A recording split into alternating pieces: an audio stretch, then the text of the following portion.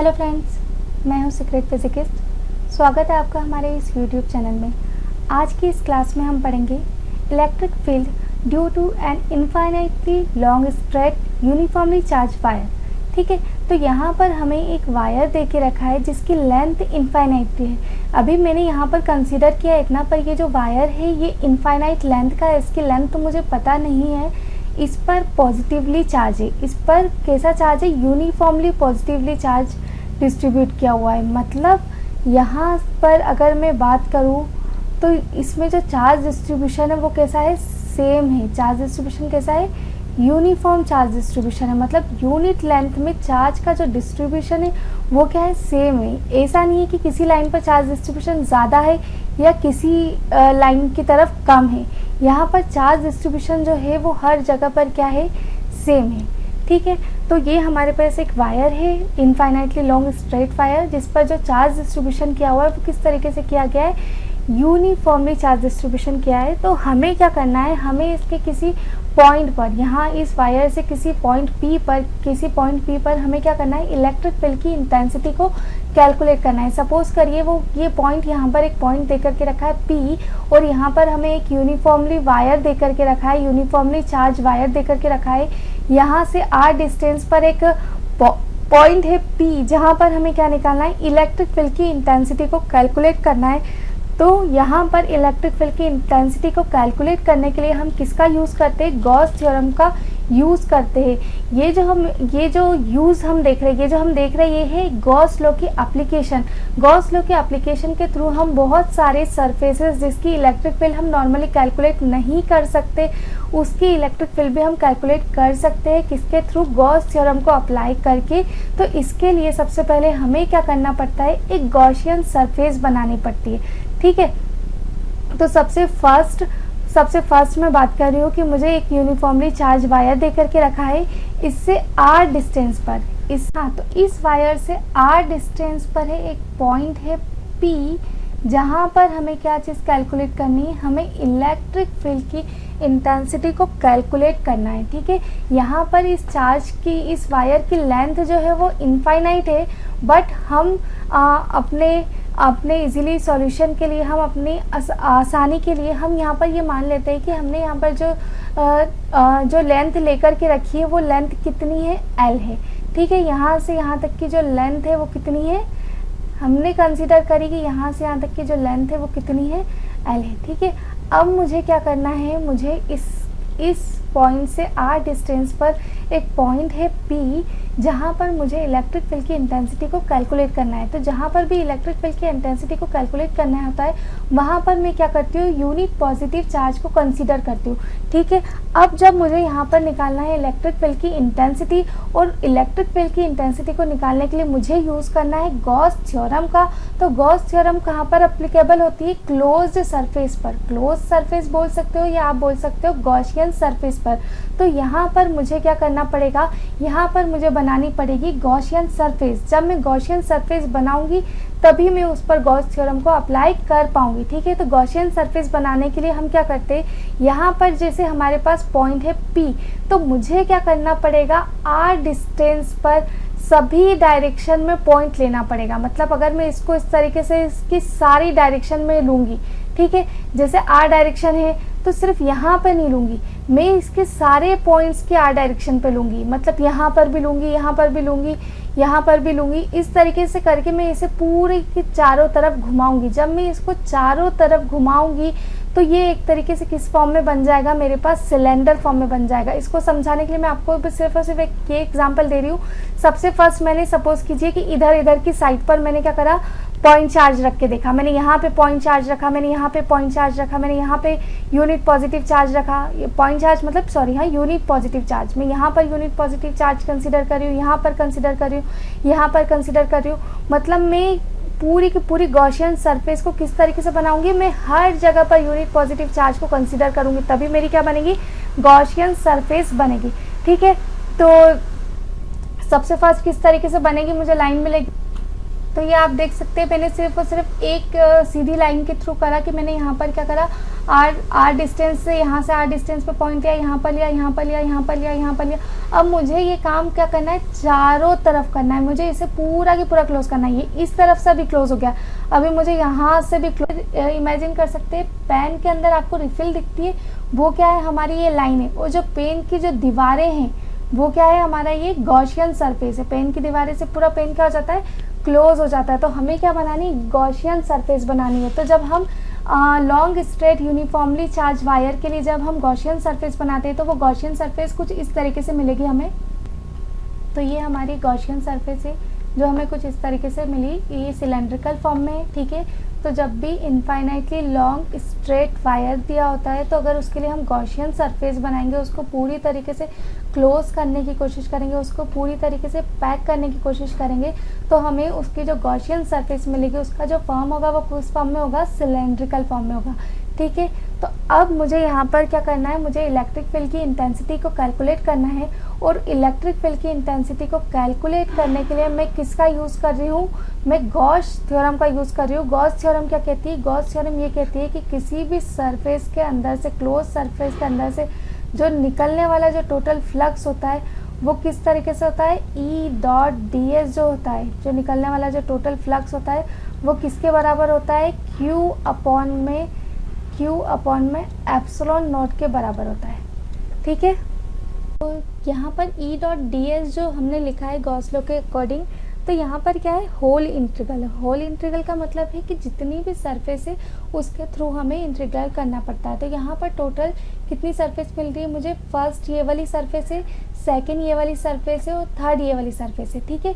तो इन तीनों सरफेस के थ्रू जितना भी फ्लक्स निकलेगा, क्योंकि जो भी चार्ज लिया है तो फ्लक्स लाइंस कहाँ से निकलेगी, फ्लक्स लाइंस तो पूरे सरफेस से, क्लोज सरफेस से निकलेगी। तो ये जो क्लोज सरफेस है ये कितने पार्ट से मिलके बनी है, 3 पार्ट से मिलके बनी है। फर्स्ट ये वाला, सेकंड ये वाला और थर्ड है हमारा ये वाला। तो सबसे पहले मैं क्या कर रही हूँ, आपको फर्स्ट वाली लाइन के थ्रू जो इलेक्ट्रिक फील्ड मिल रही है, इलेक्ट्रिक फील्ड की इंटेंसिटी पहले वो कैलकुलेट करके बताऊंगी, फिर सेकंड लाइन के थ्रू हमें क्या मिल रही है और थर्ड लाइन के थ्रू क्या मिल रही है। तो सबसे पहले मैं कर रही हूँ फर्स्ट सरफेस, जो मैंने कंसीडर करी है कि ये वाली जो कर्व सरफेस है, ये जो सिलेंड्रिकल फॉर्म में जो मेरे पास ये वाला सरफेस बन रहा है, ये मेरी फर्स्ट सरफेस है। तो यहाँ पे मैं इलेक्ट्रिक फील्ड की इंटेंसिटी को कैलकुलेट कर रही हूँ। तो इलेक्ट्रिक फील्ड की इंटेंसिटी को कैलकुलेट करने के लिए हमें क्या करना पड़ता है, जो गॉसियन सरफेस होती है उसका मैं क्या कर रही हूँ, यहाँ पर मैं एक छोटा सा एरिया ले रही हूँ, एक छोटा सा एक पार्ट ले रही हूँ, ठीक है। इस छोटे से पार्ट में मैंने क्या करा, एक चार्ज लेकर के रखा है पॉजिटिव पॉइंट पी पर। ये तो आपको पहले से ही पता है कि इस पी पॉइंट पर हमने क्या करा है, यूनिट पॉजिटिव चार्ज लेकर के रखा है। तो अब इस यूनिट पॉजिटिव चार्ज पी पर यहाँ पर क्या है, पॉजिटिव है और ये भी पॉजिटिव है। तो पॉजिटिव पे क्या करेगा, एक फोर्स अप्लाई करेगा। वो फोर्स कौन सा होगा, रिपल्शन का फोर्स होगा और उसकी डायरेक्शन कुछ इस तरीके से। ये हो गई हमारी इलेक्ट्रिक फील्ड की डायरेक्शन E1, ठीक है। पॉजिटिव यूनिट पॉजिटिव चार्ज को रिपल करा तो इलेक्ट्रिक फील्ड की डायरेक्शन ये हो गई। अब हम निकालते हैं इसका सरफेस एरिया। सरफेस एरिया मतलब एरिया वेक्टर की बात करते हैं। ये हमारा सरफेस लिया है हमने, इस सरफेस के परपेंडिकुलर जो भी लाइन हम ड्रॉ करेंगे वो क्या कहलाता है, एरिया वेक्टर कहलाता है। तो इस सरफेस का एरिया वेक्टर कुछ इस तरीके से होगा। हमें मिल गया, यहाँ पर हमें मिल गया इलेक्ट्रिक फील्ड की डायरेक्शन और एरिया वेक्टर की डायरेक्शन। इसी तरीके से हम क्या करेंगे, हम सेकेंड वाले जो पार्ट है हमारा उसके लिए भी हम एरिया वेक्टर निकालेंगे। तो इसके एरिया वेक्टर की डायरेक्शन कैसी होगी, कुछ इस तरीके से होगी। इसके एरिया वेक्टर जो सेकेंड वाला हमारा सरफेस है उसका एरिया वेक्टर कुछ इस तरीके से होगा। तो ये हमारे सेकेंड एरिया वेक्टर की डायरेक्शन हो गई। इसी तरीके से हम थर्ड वाले एरिया वेक्टर की डायरेक्शन भी निकाल लेंगे। तो फाइनली हमने निकाल ली हमारी इलेक्ट्रिक फील्ड की इंटेंसिटी की डायरेक्शन और हमने अलग अलग सरफेस में हमने एरिया वेक्टर भी कैलकुलेट कर लिया। एक जगह है DS1, एक जगह है DS2 और DS3। अब मैं यहाँ पर बात कर रही हूँ कि इलेक्ट्रिक फील्ड की इंटेंसिटी की डायरेक्शन, मैं यहाँ पर किसी भी जगह पर पॉइंट ले लूँगी तो इलेक्ट्रिक फील्ड की डायरेक्शन हमेशा क्या रहेगी, इस यहाँ से सरफेस से परपेंडिकुलर ही निकलेगी। कभी भी लाइन इस तरीके से पास नहीं होगी। क्यों, क्योंकि अगर मैं यूनिट पॉजिटिव चार्ज को यहाँ पर भी कंसीडर करती हूँ, मैंने कंसीडर करा कि इस point per unit positive charge है, तो यहाँ पर अगर यूनिट पॉजिटिव चार्ज होगा तो वो भी क्या करेगा, इसे इसी डायरेक्शन में रिपल करेगा। तो इलेक्ट्रिक फील्ड की डायरेक्शन तो मेरी सभी जगह यही रहेगी, बस ds एरिया वेक्टर की डायरेक्शन तीनों सरफेस में क्या हो रही है, चेंज हो रही है। तो जो हमारा ये फॉर्मूला था E.ds, उसके अकॉर्डिंग अगर मैं पूरा के पूरा अप्लाई करूँगी तो मुझे कुछ इस तरीके से मिलेगा।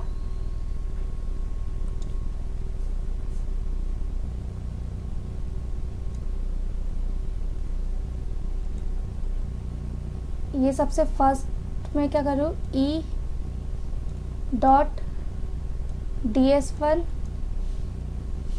फिर प्लस E.ds2 फिर प्लस E.ds3। ये मैंने क्यों लिया, क्योंकि इसका क्या होता है, होल इंटीग्रल होता है। मुझे क्या करना होता है, पूरी सरफेस के अराउंड करना होता है। तो जब मुझे पूरी सरफेस के अराउंड करना होता है तो यहाँ पे कितनी सरफेस से मिलके बना है, 3 सरफेस से, एक फर्स्ट सरफेस, सेकंड सरफेस और ये हो गई हमारी थर्ड सरफेस। तो फाइनली मुझे जो इक्वल में मिलेगा वो क्या मिलेगा, Q/में ε0। अब मैं यहाँ पर बात करती हूँ एंगल की। जो फर्स्ट में था E और DS, इन दोनों के बीच एंगल कितना बन रहा है, 0 डिग्री। अगर मैं सेकेंड के लिए लूँगी तो यहाँ पर क्या हो रहा है, DS2 और E इस डायरेक्शन में, ठीक है। यहाँ पर क्या हो रहा है, E इस डायरेक्शन में और DS इस डायरेक्शन में। सबसे पहले तो मैं फर्स्ट वाले को सॉल्व कर रही हूँ। फर्स्ट वाले में क्या हो रहा है, E और DS दोनों सेम डायरेक्शन में है, तो इसे मैं किस तरीके से लिख सकती हूँ, इसे मैं लिख सकती हूँ E/ds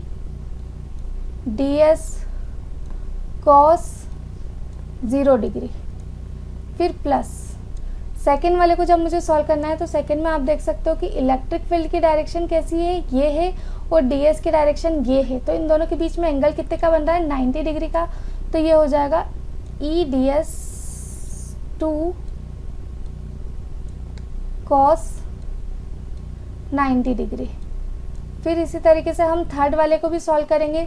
तो थर्ड वाले में क्या हो रहा है, ये ds3 की डायरेक्शन है और ये किसकी डायरेक्शन है, E की डायरेक्शन है। तो फाइनली मेरे पास जो टर्म होगी वो किस तरीके से आएगी, E/ds3 cos 90 डिग्री, और ये किसके इक्वल होगा, टोटल Q/में ε0। अब हम सभी जानते हैं कि cos 90 डिग्री की वैल्यू कितनी होती है, cos 90 डिग्री की वैल्यू 0।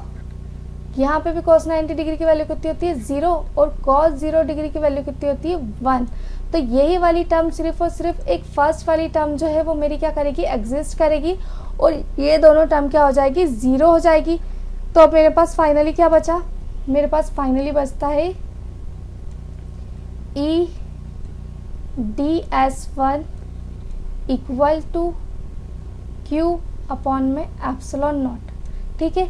अब मैं क्या करूँगी, यहाँ पर इलेक्ट्रिक फील्ड की इंटेंसिटी को मैंने ले लिया बाहर, क्योंकि मुझे इंटीग्रेट किसका करना है, मुझे फर्स्ट सरफेस एलिमेंट, जो मैंने छोटा सा यहाँ पे एक सरफेस लेकर के रखा है, इसको मुझे इंटीग्रेट करना है। मुझे इंटीग्रेट किसको करना है, इसको इंटीग्रेट करना है। तो मैंने इसको यहाँ पर ले लिया, इक्वल में क्या बचा मेरे पास, Q/में ε0। अब आप सभी जानते हो कि जब मैं इस फर्स्ट सरफेस को मैं इंटीग्रेट करूँगी, आप सभी देख सकते हो कि ये क्या है, इतना सरफेस मैंने लिया है। अगर मैं इसको बड़ा करूँगी तो ये मेरा क्या बन जाएगा, पूरा की पूरा सिलेंडर का सरफेस एरिया बन जाएगा। और सिलेंडर का सरफेस एरिया आप सभी लोगों ने 10th क्लास में पढ़ा हुआ है कि अगर L लेंथ है और R रेडियस का एक सिलेंडर है तो उस सिलेंडर का जो सरफेस एरिया होता है वो कितना होता है, 2πRL। 2πRL ये क्या होता है, सरफेस एरिया होता है। सरफेस एरिया किसका सरफेस एरिया होता है, सिलेंडर का सरफेस एरिया। तो यहाँ पर मैं क्या कर दूंगी, E और ds1 की जगह मैं क्या लिख दूंगी, 2πRL इक्वल टू Q/में ε0, ठीक है। तो अब मेरे पास क्या बचेगा यहाँ पर, जब मुझे इलेक्ट्रिक फील्ड की इंटेंसिटी ही कैलकुलेट करनी है तो यहाँ पे फाइनली मेरे पास क्या आ जाएगा, Q 2πRL ε0, ठीक है। अब मैं यहाँ पर बात करती हूँ लीनियर चार्ज डिस्ट्रीब्यूशन की। यहाँ पर मुझे कंसेप्ट समझना होगा किसका, लीनियर चार्ज डिस्ट्रीब्यूशन का। लीनियर चार्ज डिस्ट्रीब्यूशन का कंसेप्ट क्या होता है कि अगर कोई आपके पास इनफाइनाइटली लॉन्ग स्ट्रेट वायर है, ठीक है। तो मैंने क्या करा, मैंने कंसीडर ये करा कि इसके पास चार्ज कितना है, मैंने कंसिडर करी इसकी लेंथ एल लेंथ पे कितना चार्ज है, क्यू है। तो जो लीनियर चार्ज डिस्ट्रीब्यूशन होता है उसे डिनोट करते हैं लैम्डा से, और लैम्डा कितना होता है, क्यू अपॉन में एल, मतलब यूनिट लेंथ में चार्ज डिस्ट्रीब्यूशन को हम क्या बोलते हैं, लीनियर चार्ज डिस्ट्रीब्यूशन। ठीक है, तो जहाँ पे भी क्यू बाय एल है उसको मैं किससे डिनोट कर सकती हूँ, उसको मैं डिनोट कर सकती हूँ लैम्डा से। तो क्यू बाय एल की जगह मैंने क्या लिख दिया, लैम्डा। तो मेरे पास जो टर्म बचेगी वो क्या हो जाएगी, 2 पाई एप्सिलॉन नॉट आर। ठीक है, तो ये जो हो गया मेरा इलेक्ट्रिक फील्ड की इंटेंसिटी का फाइनल एक्सप्रेशन हो गया कि E कितना होता है इसके लिए, E होता है लैम्डा अपॉन में 2 पाई एप्सिलॉन नॉट आर। ठीक है, इस एक्सप्रेशन को सॉल्व करने के लिए मैंने 3 सरफेसेस लिए। आप सभी देख सकते हैं कि हमारे पास सिर्फ और सिर्फ एक यूनिफॉर्मली लॉन्ग वायर था, जिसके लिए मैंने क्या बनाई, सबसे पहले गॉसियन सरफेस बनाई। गॉसियन सरफेस बनाने के बाद भी मुझे क्या मिली, यहाँ पर 3 अलग अलग सरफेस मिली। एक मिली DS1, दूसरी मिली DS2 और तीसरी मिली मुझे DS3। तो जब मुझे ये 3 अलग अलग सरफेस मिली तो मैंने यहाँ पर ये क्या था, मेरा गॉस लॉ था, गॉस थ्योरम था, जिसमें होल सरफेस का इंटीग्रल था। तो ये सरफेस 3 सरफेसेस से मिलके बना था, इसलिए मैंने इसको किस तरीके से इसको ब्रेक कर लिया, E.DS1, E.DS2 फिर E.DS3 equal to Q upon में एप्सिलॉन नॉट। ठीक है, फिर मैंने इन सब में पूरा फॉर्मूला वगैरह लगा करके सॉल्व किया, तो मेरी ये दोनों टर्म क्या हो गई, 0 हो गई। और फाइनली मेरे पास ये एक सिंगल टर्म बची, और ये एक सिंगल टर्म किसके बराबर हो गई, E.DS1 equal to Q upon में एप्सिलॉन नॉट। ठीक है, तो ये था मेरा E और ये मेरे पास क्या था, DS1। जब DS1 का मैंने इंटीग्रेट किया तो मुझे कितना मिला, 2 पाई RL, जो क्या था, सिलेंडर का सरफेस एरिया। फिर फाइनली मैंने इस टर्म को जब सॉल्व करा तो Q बाय L की जगह मैंने क्या रख दिया, लैम्डा रख दिया। तो मेरे पास जो एक्सप्रेशन मिला मुझे फाइनली इलेक्ट्रिक फील्ड की इंटेंसिटी का, किसके लिए, यूनिफॉर्मली चार्ज वायर, और वो वायर क्या था, इनफाइनाइटली लॉन्ग स्ट्रेट था। ठीक है, तो उसकी जो इलेक्ट्रिक फील्ड की इंटेंसिटी का वो जो मिला मुझे, वो कितना मिला, लैम्डा अपॉन में 2 पाई एप्सिलॉन नॉट आर, जहाँ पे लैम्डा क्या है, लीनियर चार्ज डिस्ट्रीब्यूशन कि यूनिट लेंथ में चार्ज डिस्ट्रीब्यूशन कितना है। ठीक है, तो ये थी हमारी वीडियो जिसमें हमने जाना कि इनफाइनाइटली लॉन्ग स्ट्रेट वायर अगर हमारे पास दे करके रखा है, जिसके पास यूनिफॉर्मली चार्ज डिस्ट्रीब्यूशन है, तो उसका जो इलेक्ट्रिक फील्ड का इंटेंसिटी होता है उसका फॉर्मूला ये होता है। अगर आपको हमारी इस वीडियो में कोई भी डाउट है तो आप हमारे कमेंट बॉक्स में लिखना ना भूलें, और अगर आपको हमारी ये वीडियो पसंद आई हो तो हमारी इस वीडियो को लाइक और सब्सक्राइब करना ना भूलें। Thank you.